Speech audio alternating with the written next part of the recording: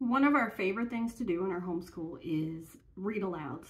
I love reading and I love read aloud. So today I'm going to share with you guys just a few of our favorites and a couple of our non-favorites that we read this year.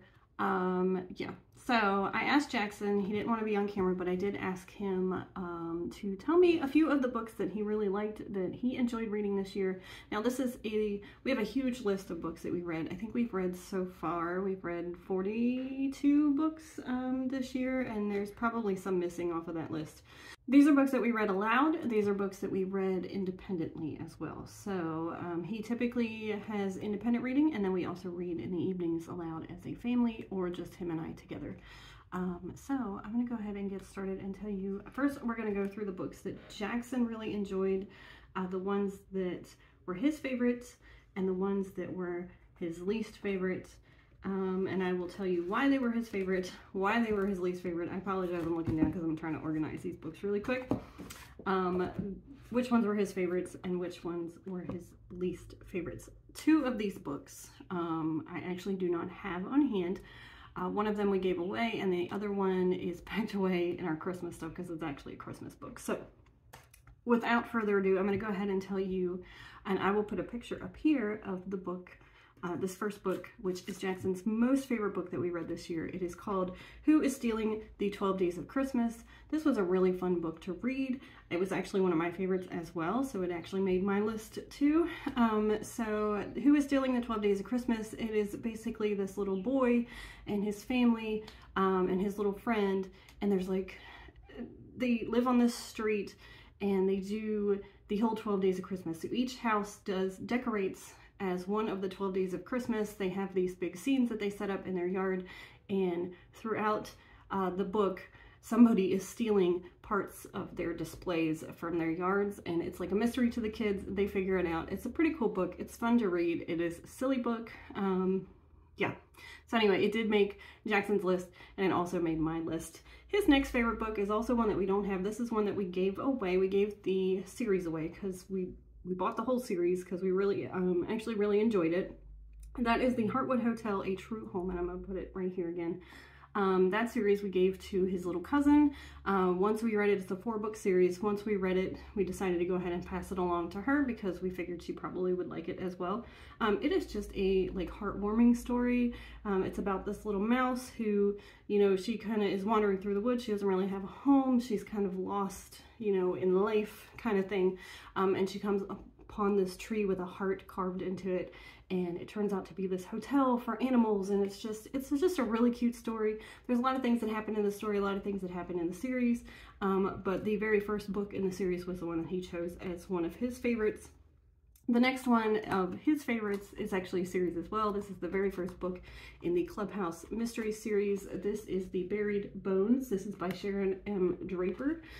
These are pretty short. He's actually way past this reading level, but these are short little chapter books, but he really, really liked this series. We did buy all 6 of them, I believe, because he liked it so much. So it's a really cute series. They actually show the little kids in the series. There's 4 boys. They're all friends. They go through these little mysteries. But they actually kind of grow up together in the series as well. So which I thought was really, really cute. Now Jackson's 2 least favorite. And he told me why he didn't really like these, and I'm going to tell you why in a second. So his first least favorite was Ragweed and Poppy. We actually have this whole series, the Ragweed and Poppy series, or Poppy series, I guess most people know it by. It's by Avi. He didn't like this one only because it was longer than the other ones. That's his reasoning behind it. I actually thought it was a cute story. But yeah, he didn't like this one because it was just too long.